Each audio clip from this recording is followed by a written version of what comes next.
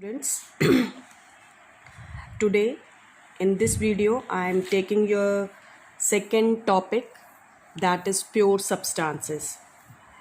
In previous video we have discussed about physical and chemical changes. Now before starting with our second topic about pure and impure substances, first of all I want to discuss with you about what you have learned or studied in your previous chapter, matter. हम लोग आज जो topic discuss करने जा रहे हैं pure substances और impure substances का, उसको शुरू करने से पहले मैं आप लोगों के साथ जो आप लोगों ने मैटर पढ़ा है उसके बारे में थोड़ा सा उसको हम कैसे क्लासिफाई करते हैं उसके बारे में बताना चाहूँगी।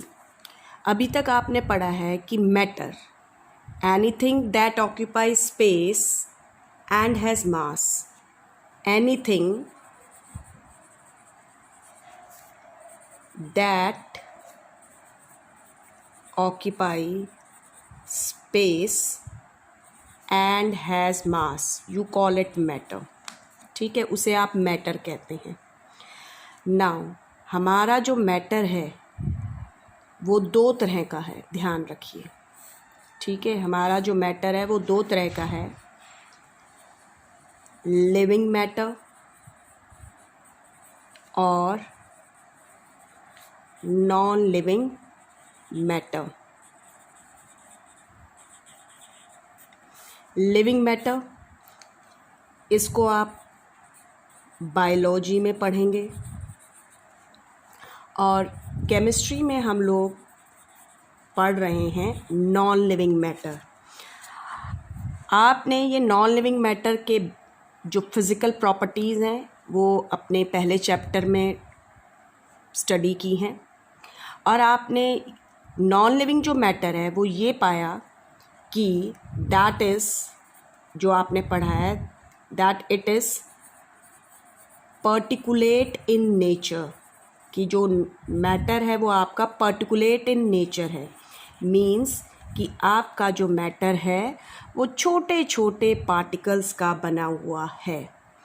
ठीक है, और हम इस मैटर को, जैसे आपके चैप्टर का नाम है कि ये जो मैटर है जो आप पढ़ रहे हैं केमिस्ट्री में, क्या ये प्योर है या नहीं है, तो इसको आगे बढ़ाने से पहले हम पहले ये देखेंगे कि हमारा ये जो नॉन लिविंग मैटर है ये कैसे क्लासिफाइड है।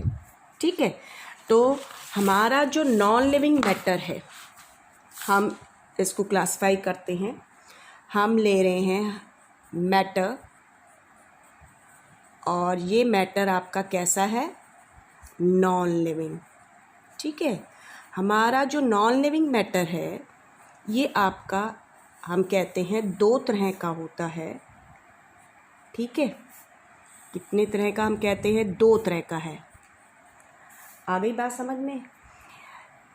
एक है आपका जिसमें आते हैं प्योर सब्सटेंसेस और जो आपका दूसरा है वो है इम्प्योर सब्सटेंसेस, जो आपका मैटर है। जो आपका प्योर सब्सटेंसेस हैं ये आपके दो तरह के होते हैं।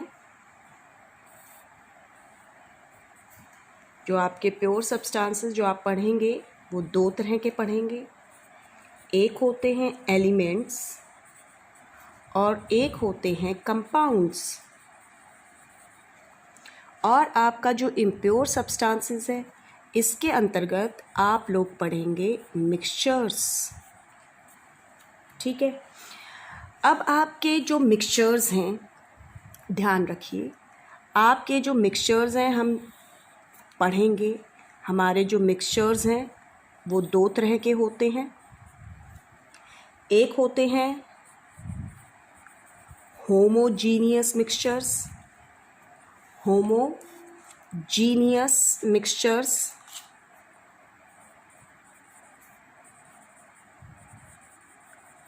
और दूसरे टाइप का जो मिक्सचर होता है that is called heterogeneous mixtures. ठीक है, आपका जो होमोजीनियस मिक्सचर होता है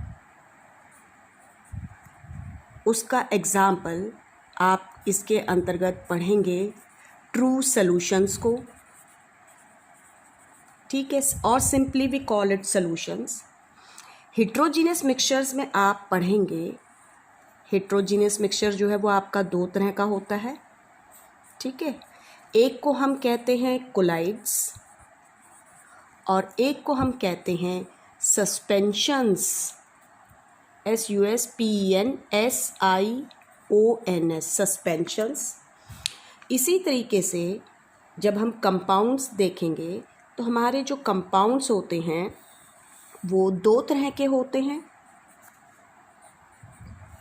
एक आप पढ़ेंगे, जानेंगे, ऑर्गेनिक कंपाउंड्स होते हैं इनके बारे में, और दूसरे होते हैं आपके इनऑर्गेनिक कंपाउंड्स। और जब हम प्योर सब्सटेंसेस एलिमेंट्स की बात करेंगे तो आप देखेंगे हमारे जो एलिमेंट्स हैं वो तीन तरह के एलिमेंट्स आप पढ़ेंगे। एक होते हैं आपके मेटल्स, दूसरे होते हैं आपके नॉन मेटल्स, और जो थर्ड आप पढ़ेंगे इसमें वो हैं metalloids.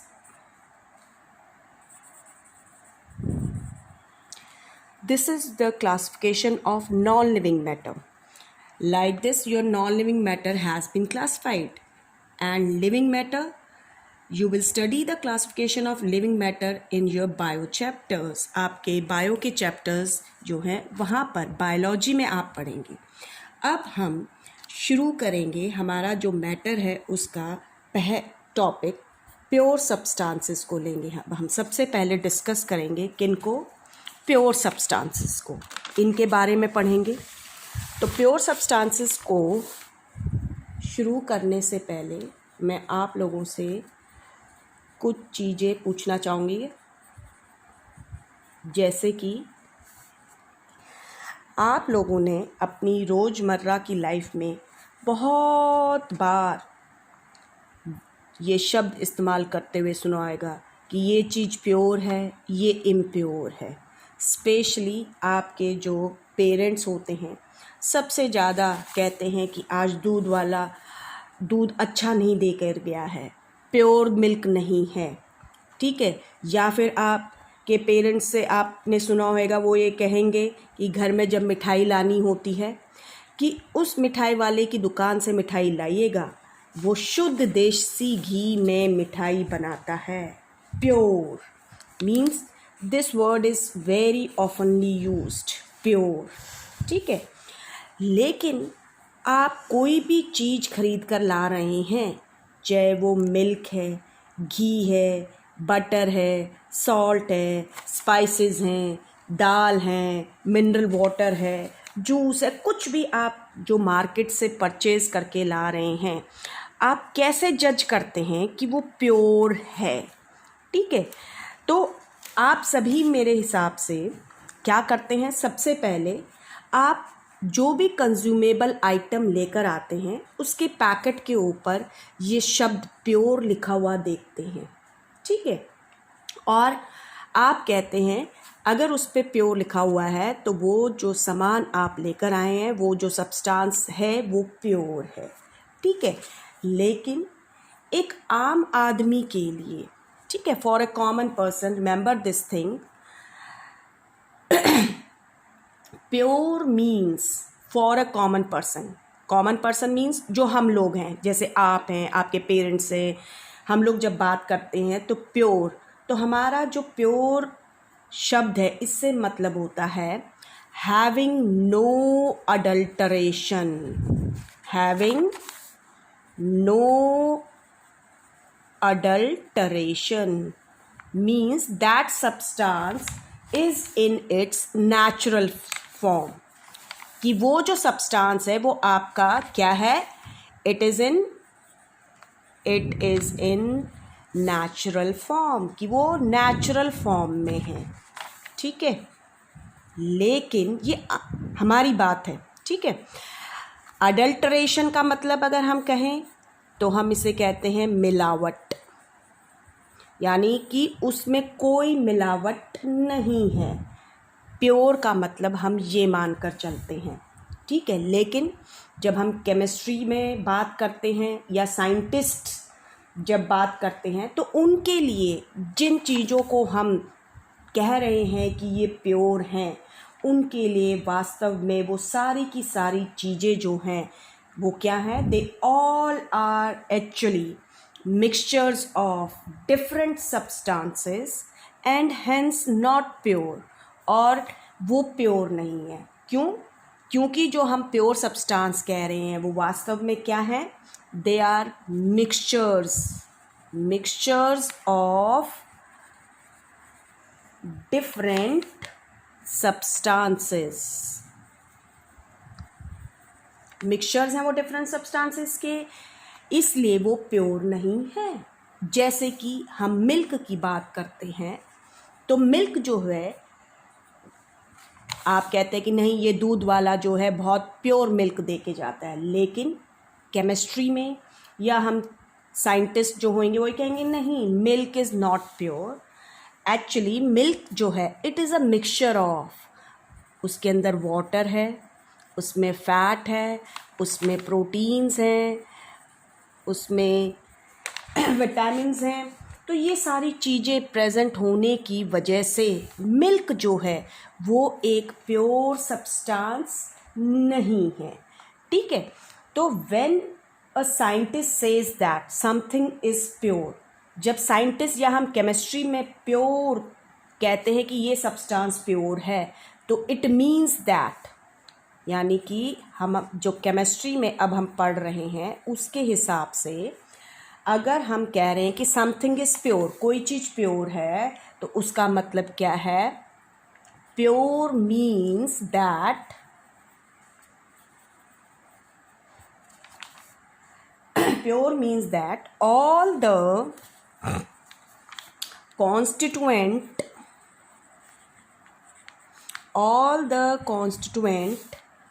particles of that substance, all the constituent particles of that substance are the same in their chemical nature. क्या है कि अगर हम कह रहे हैं कि प्योर सब्सटेंस है तो मीन्स उसको बनाने वाले जो भी उसको बनाने वाले पार्टिकल्स हैं वो सारे के सारे एक जैसे हैं, उनका केमिकल नेचर जो है वो कैसा है, सेम है, ठीक है। दैट इज़, इसका मतलब क्या है कि जो सब्सटेंस होता है, that is the substance is made up of only one kind of particle, वो सिर्फ एक ही तरह के पार्टिकल्स का बना हुआ होता है। जो सब्सटेंस यानी जो प्योर वर्ड हम यूज़ करें, प्योर सब्सटेंस, तो हम क्या कह सकते हैं कि सब्सटेंस क्या होता है, a substance is a pure single form of matter. A substance is a pure single form of matter which consists of a single type of particles. आपका सब्सटेंस जो है वो सिंगल फॉर्म है मैटर की, जो सिर्फ एक ही तरह के पार्टिकल्स का बना हुआ होता है, सब्सटेंस, ठीक है। अगर हम इसी पर्सपेक्टिव को देखते हैं, ठीक है, यानी इसी संदर्भ में अगर हम देखें तो हमारे चारों तरफ जो अधिकतर सब्सटेंसेस हैं वो इम्प्योर फॉर्म में हैं। कैसे हैं? इम्प्योर फॉर्म में हैं, ठीक है। और हमने साथ में ये भी पढ़ा है कि जो हमारा मैटर है वो क्या है? छोटे छोटे पार्टिकल्स का बना हुआ है। तो अब ध्यान रखिए, किसी भी सब्सटेंस की जो प्योरिटी होएगी वो कौन डिसाइड करेगा? ये जो पार्टिकल्स हैं जो उस सब्सटेंस में प्रेजेंट है कि उनका कॉम्बिनेशन कैसा है, कि उस सब्सटेंस के अंदर एक ही तरह के पार्टिकल्स हैं या कई तरह के पार्टिकल्स हैं। तो वो डिसाइड करता है कि वो सब्सटेंस प्योर है या नहीं है। तो हमने क्या देखा? The purity of a substance is decided by the combination of the particles present in it। अगर सब्सटेंस के अंदर एक ही तरह के पार्टिकल्स प्रेजेंट हैं, या हम कहें कि अगर सब्सटेंस जो है वो सिर्फ एक ही तरह के पार्टिकल्स का बना हुआ है, तो वो आपका क्या कहलाएगा? Pure substance. If a substance is made up of only one type of particles, तो हम उसे क्या कहेंगे? Then it is called pure substance। वो क्या है? आपका प्योर सब्सटेंस है। जिसमें हमने क्या पढ़ा था? हम इसमें किस किस को पढ़ेंगे प्योर सब्सटेंस में? जो आपके एलिमेंट्स और कंपाउंड्स हैं, ठीक है। और if a substance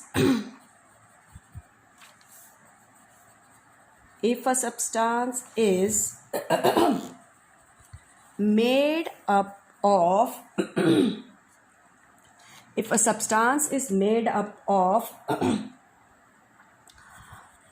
two or more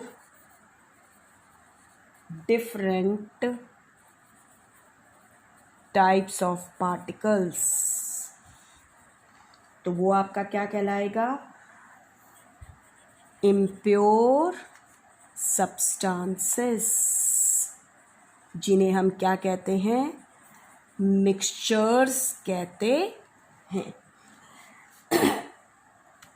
इसी टर्म्स में अब हम इनको डिटेल में स्टडी करेंगे। अब सबसे पहले मैं ले रही हूँ आपके प्योर सब्सटेंसेस को। किसको ले रही हूँ? प्योर सब्सटेंसेस की बात कर रहे हैं अब हम। सबसे पहले तो हमने क्या देखा कि प्योर सब्सटेंस आपका क्या है?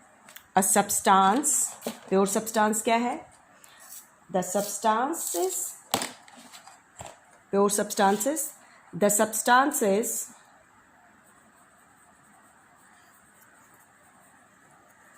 that are made up of only one kind of particles. The substances that are made up of only one kind of particles are known as pure substances। उन्हें हम क्या कहेंगे? प्योर सब्सटेंसेस कहेंगे। जैसे for example मैं ले रही हूँ आयरन की बात करते हैं। हमारे पास एक आयरन वायर है, मैं उसके 2 पीसेस कर देती हूँ। 2 पीसेस करूँगी तो वो दोनों पीसेस जो हैं वो आयरन के ही रहेंगे, वो कॉपर के नहीं बन जाएंगे या वो गोल्ड के नहीं बन जाएंगे। ऐसा क्यों? क्योंकि जो आयरन है that is made up of only iron atoms, और आयरन, उसके अंदर जो पार्टिकल्स हैं वो सिर्फ आयरन के हैं, ठीक है। इसी तरीके से जब हम बात करते हैं प्योर वाटर की, ठीक है, तो प्योर वाटर जो है वो भी आपका क्या है, एक प्योर सब्सटेंस। क्यों है? क्योंकि वो भी सिर्फ एक ही तरह के पार्टिकल्स का बना हुआ है, और वो क्या है, उसके वाटर मॉलिक्यूल्स हैं, ठीक है। तो अब हम करैक्टरिस्टिक्स देखते हैं प्योर सब्सटेंसेस की। करैक्टरिस्टिक्स जो है प्योर सब्सटेंसेस की, सबसे पहले कि जो प्योर सब्सटेंसेस होते हैं मेड अप ऑफ ओनली, हमने क्या देखा, made up of only one kind of particles, ठीक है। दैट इज कि ये जो पार्टिकल्स हैं वो एटम्स भी हो सकते हैं, वो मॉलिक्यूल्स भी हो सकते हैं। आ गई बात समझ में? ठीक है। दूसरी बात, आपके जो प्योर सब्सटेंस होता है वो होमोजीनियस इन नेचर होता है।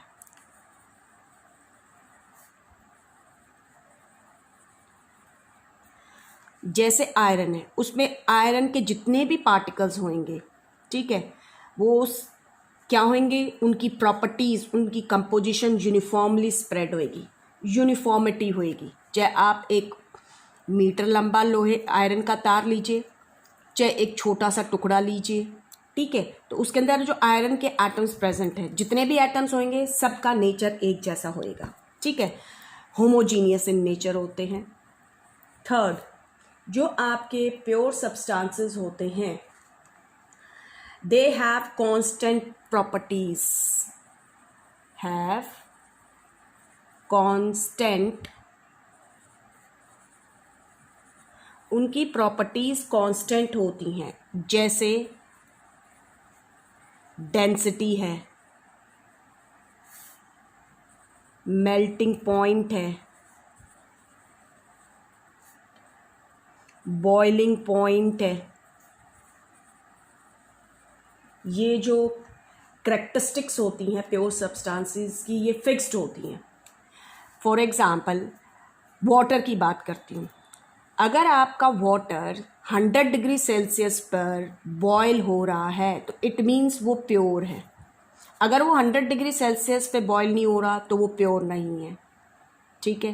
तो जो बॉइलिंग पॉइंट है, मेल्टिंग पॉइंट है, डेंसिटीज़ हैं प्योर सब्सटेंसेस की, वो फिक्स्ड होती हैं, दे नेवर गेट चेंज्ड, वो कभी भी चेंज नहीं होती हैं। नेक्स्ट जो प्रॉपर्टी है वो ये है कि जो प्योर सब्सटेंसेस होते हैं cannot be, pure substances cannot be broken into simpler substances by any physical process। किसी भी फिजिकल प्रोसेस से आपके जो प्योर सब्सटेंसेस हैं वो फर्दर ब्रोक डाउन नहीं होते हैं उनके सिंपलर सब्सटेंसेस में। सिंपलर सब्सटेंसेस मींस कि जो आपका प्योर सब्सटेंस को बनाने वाले जो उसके कॉन्स्टिट्यूएंट पार्टिकल्स हैं, ठीक है, हम किसी भी फिजिकल प्रोसेस से हम उन कॉन्स्टिट्यूएंट पार्टिकल्स को सेपरेट नहीं कर सकते हैं।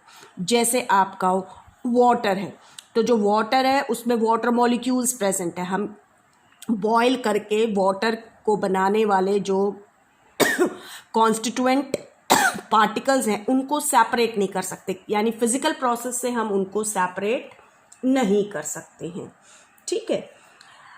तो आपके इसीलिए हम प्योर सब्सटेंसेस जो होते हैं उनको कितनी तरह का बताते हैं, 2 तरह का, एक होते हैं एलिमेंट्स और एक होते हैं कंपाउंड्स। तो आपके जैसे आयरन है, ठीक है, गोल्ड है, सिल्वर है, कॉपर है, ठीक है, वाटर है, प्योर वाटर की जब हम बात करते हैं, कॉमन सॉल्ट है, ठीक है, all these are pure substances. ये क्या है? प्योर सब्सटेंसेस हैं। ठीक है, अब हम लेते हैं प्योर सब्सटेंसेस में एलिमेंट्स को। अब हम डिस्कस करेंगे किसको? एलिमेंट्स को। आपके एलिमेंट्स, ठीक है, इसमें सबसे पहले तो ध्यान रखिए आपके जो एलिमेंट टर्म थी वो सबसे पहले जो यूज़ की थी वो थे आपके Robert Boyle. Robert Boyle used the term element for the first time in 1661 and आपके एक फ्रेंच केमिस्ट थे जिनका नाम था एंटोइन लॉरेंट LAURENT लेवोज़ायर।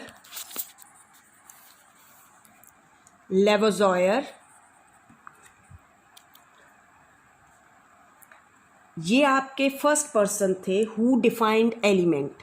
एंटन French chemist Antoine Laurent Lavoisier आपके क्या थे? फर्स्ट पर्सन थे, first person who defined element, जिन्होंने एलिमेंट की एक एक्सपेरिमेंटल डेफिनेशन दी थी, जिन्होंने एलिमेंट को डिफाइन किया था। और उन्होंने एलिमेंट को क्या डिफाइन किया था? एन एलिमेंट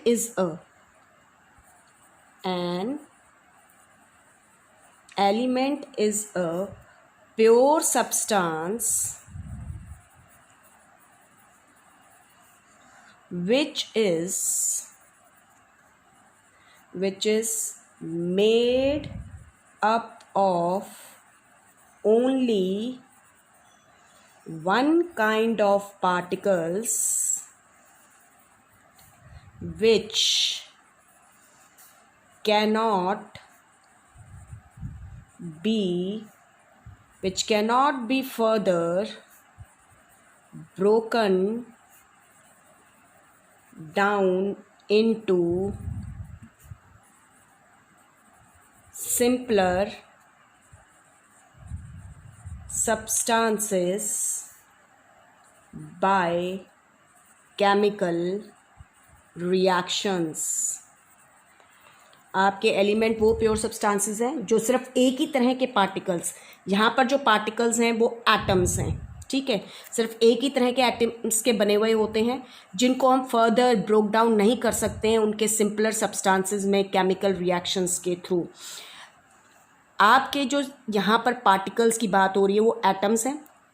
एटम्स क्योंकि आगे आप फिर केमिस्ट्री में पढ़ेंगे कि आपके जो ये एटम्स हैं these are still made up of smaller particles, इसके जो सब पार्टिकल्स होते हैं, ठीक है। तो केमिकल रिएक्शन के दौरान एलिमेंट जो है उसके एटम्स को हम फर्दर ब्रोक डाउन नहीं कर सकते हैं, ठीक है। यानी आपका हाइड्रोजन, अगर आपकी कोई रिएक्शन हो रही है, हाइड्रोजन रिएक्ट कर रहा है ऑक्सीजन के साथ, तो केमिकल रिएक्शन के दौरान ये नहीं होएगा कि जो हाइड्रोजन के एटम्स हैं वो फर्दर ब्रेक डाउन हो जाएंगे उसके सब एटॉमिक पार्टिकल्स के अंदर, ठीक है। अब हम करैक्टरिस्टिक्स देखते हैं। करैक्टरिस्टिक्स क्या हैं? हम करैक्टरिस्टिक्स की बात करते हैं एलिमेंट्स की, तो आपने क्या ध्यान रखना है? वही, क्योंकि प्योर सब्सटेंस है तो होमोजीनियस इन नेचर है। होमोजीनियस इन नेचर कैसा है? होमोजीनियस इन नेचर है। क्यों? क्योंकि they are made up of only one kind of atoms, क्योंकि वो सिर्फ एक ही तरह के एटम्स के बने हुए होते हैं। जैसे कि आयरन है आपका, तो आयरन एटम्स का बना होगा। सपोज करो आयरन के एटम्स ये हैं, तो आयरन के अंदर जो एटम्स होंगे सारे के सारे ऐसे होंगे, ठीक है। अगर मैं कॉपर की बात करती हूँ, सपोज करो कॉपर के एटम्स ये हैं, ठीक है, तो सारे एटम्स ऐसे ही होंगे। अगर मैं बात करती हूँ गोल्ड की, सपोज करो गोल्ड के एटम्स ऐसे हैं, तो सारे एटम्स जो होंगे गोल्ड के अंदर वो एक जैसे होंगे। तो जो आपका एलिमेंट है वो कैसे हैं? homogeneous in nature. Iron element, it is made up of iron atoms only. Copper element, it is made up of copper atoms only. Similarly, gold element, it is made up of gold atoms only. Second characteristic हम देखते हैं. Second characteristic की बात करते हैं तो जो आपके एलिमेंट्स होते हैं cannot be broken into simpler substances by applying heat, light और इलेक्ट्रिसिटी यू कैन से. हम ये अप्लाई करके इनको फर्दर ब्रेक डाउन नहीं कर सकते हैं. यानी कि सिंपलर सब्सटेंसेस मीन्स हेयर, यहाँ पर सिंपलर सब्सटेंसेस का मतलब ये है कि जो आपका सपोज करो आयरन है, तो आयरन जो है ये आयरन का एक एटम है सपोज कीजिए, ठीक है. तो ये जो एटम है आयरन का, ये फर्दर आप आगे हम पढ़ाएंगे आपको कि ये फर्दर स्मॉलर पार्टिकल्स का बना हुआ होता है, ठीक है. तो हम इस एटम को केमिकल रिएक्शन के दौरान फर्दर हीट या लाइट या इलेक्ट्रिसिटी देकर इसको फर्दर इसके सिंपलर जो सब पार्टिकल्स हैं उसमें ब्रेक डाउन नहीं कर सकते हैं. थर्ड करेक्टरिस्टिक जो है एलिमेंट की वो क्या है कि जो स्मॉलेस्ट यूनिट होती है, अभी हम बात कर रहे थे, जो स्मॉलेस्ट यूनिट है किसी भी एलिमेंट की वो एटम होती है. और वो एटम जो है it shows all the properties of an element.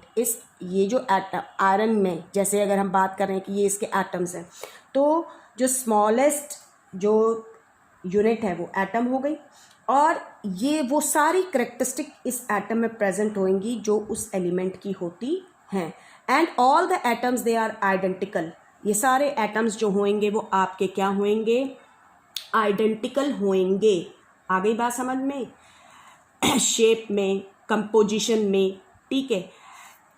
लेकिन जो कॉपर के एटम्स होंगे वो आपस में सिमिलर होंगे, लेकिन आयरन और कॉपर के एटम्स एक जैसे नहीं होंगे, ध्यान रखिएगा, ठीक है. दे आर डिफरेंट, वो डिफरेंट होंगे, चाहे वो साइज है चाहे उनकी कंपोजिशन है, ठीक है.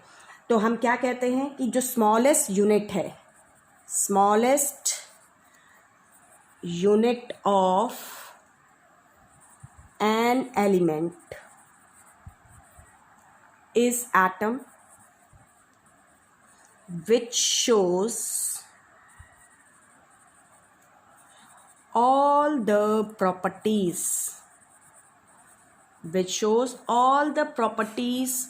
of an element, ठीक है. तो that's why all the atoms of an element are identical. जितने भी एटम्स होंगे उस एलिमेंट के, जैसे आयरन के अंदर जितने भी एटम्स प्रेजेंट होंगे वो सारे आइडेंटिकल होंगे, ठीक है. लेकिन जो एटम्स होंगे डिफरेंट एलिमेंट के वो डिफर करेंगे, जैसे अभी मैंने आपको बताया, ठीक है. नेक्स्ट जो आपने ध्यान रखना है, जो एलिमेंट्स होते हैं दे कैन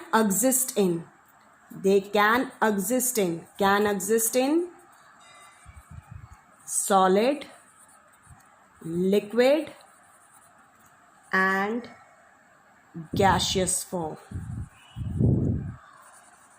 आपके जो एलिमेंट्स हैं वो सॉलिड फॉर्म के भी हो सकते हैं, लिक्विड फॉर्म में भी हो सकते हैं, गैसियस फॉर्म में भी हो सकते हैं, ठीक है. तो आपको पता होने चाहिए कि कौन से एलिमेंट हैं. आपको कुछ एलिमेंट्स जो आप रोज़ उनका नाम सुनते भी हैं, कुछ आप पढ़ के भी आए होंगे, तो बहुत सारे एलिमेंट्स के बारे में आपने उनका नाम भी सुना है. तो आपको पता होएगा कि कौन से एलिमेंट सॉलिड स्टेट में होते हैं, नेचर में मिलते हैं, कौन से गैसियस स्टेट में होते हैं, कौन से लिक्विड स्टेट में होते हैं, ठीक है. इसके अलावा आपको ध्यान रखना है कि these elements are found in earth crust. ये जो एलिमेंट्स हैं ये आपको पाए जाते हैं कहाँ पर, these elements are found in earth's crust. जो हमारी अर्थ की क्रस्ट है उसमें पाए जाते हैं. आइदर इन combined state और इन फ्री स्टेट। ठीक है, ऐसा इसलिए है क्योंकि जब आप आगे जैसे जैसे धीरे धीरे केमिस्ट्री में पढ़ते जाएंगे तो आपको समझ में आएगा कि हमारे जो बहुत सारे एलिमेंट्स हैं उनके एटम्स जो होते हैं बड़े रिएक्टिव होते हैं। ठीक है, तो वो कंबाइंड स्टेट में पाए जाते हैं और कुछ एटम्स ऐसे होते हैं जो बहुत स्टेबल होते हैं, वो फ्री स्टेट में पाए जाएंगे। ठीक है, तो हमारे फ्री स्टेट में भी पाए जाते हैं। ठीक है, इसके अलावा आपने जो अगली बात ध्यान रखनी है वो ये है कि जो आपके एलिमेंट्स होते हैं, ठीक है, एलिमेंट्स आर बिल्डिंग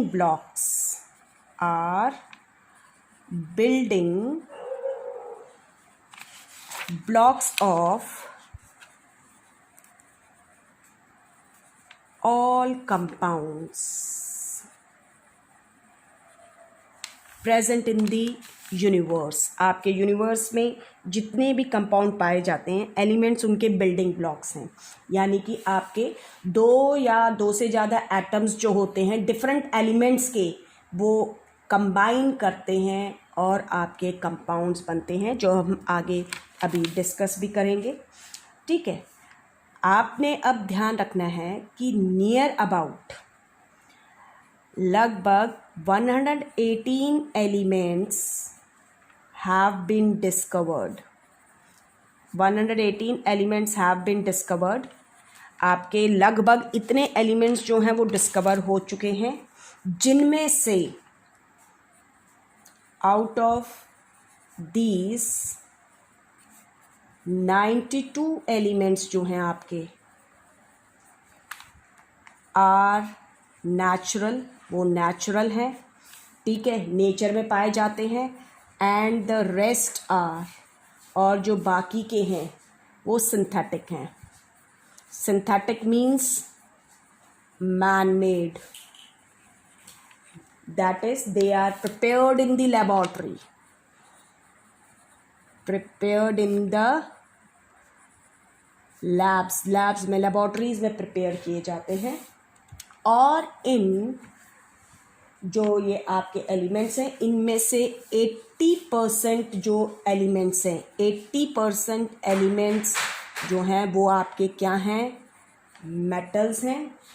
और जो बाकी के हैं, यानी कि लगभग कितने बच गए, 20% जो हैं आपके, वो क्या हैं, नॉन मेटल्स एंड मेटलॉइड्स हैं।